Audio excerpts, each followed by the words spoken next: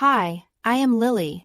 And before I tell you how my life shattered and rebuilt itself, I need to tell you where it all began, not the life everyone saw, but the one I lived quietly, silently, behind locked doors and polite smiles. I grew up in a house that looked perfect from the outside. Tall gates, spotless floors, chandeliers that sparkled even when the lights were dim. People used to say our home felt like a palace. But to me, it felt like a museum.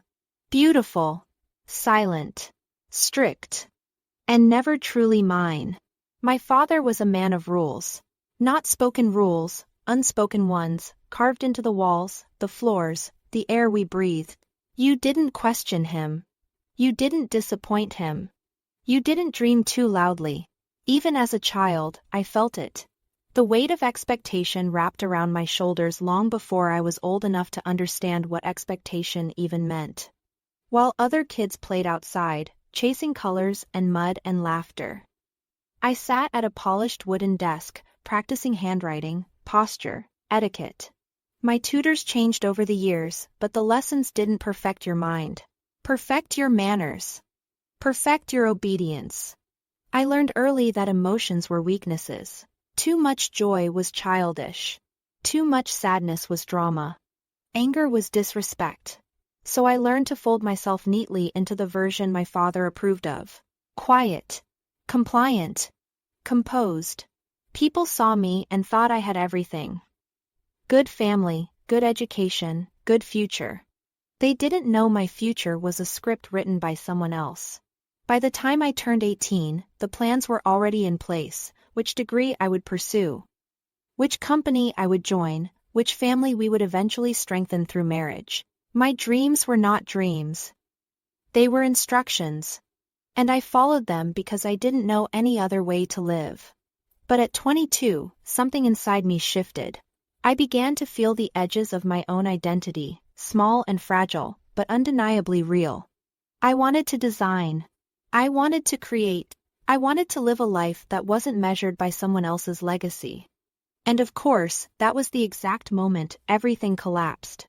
It was evening, peaceful, quiet, deceptively calm. The kind of evening where the sky softens and you feel hope without even realizing it. Then my father called for me. He stood in his study like a judge delivering a sentence. No warmth. No hesitation. No humanity. He told me, not asked, that my marriage had been arranged. A strategic alliance. A business move. A deal sealed between powerful men who saw daughters as bargaining chips. I wasn't shocked.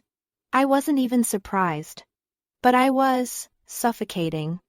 Because this time the plan wasn't about a degree or a job. It was about my life.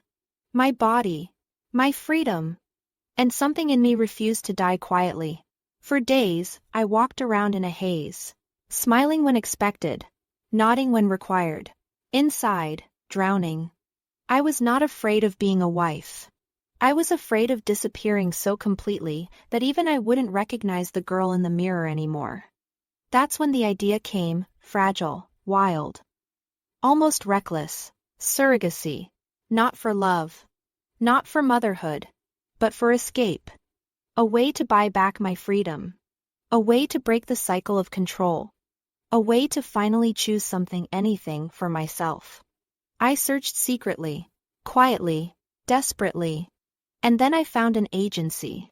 Professional. Confidential. Detached. They mentioned a client. A young man named Ethan.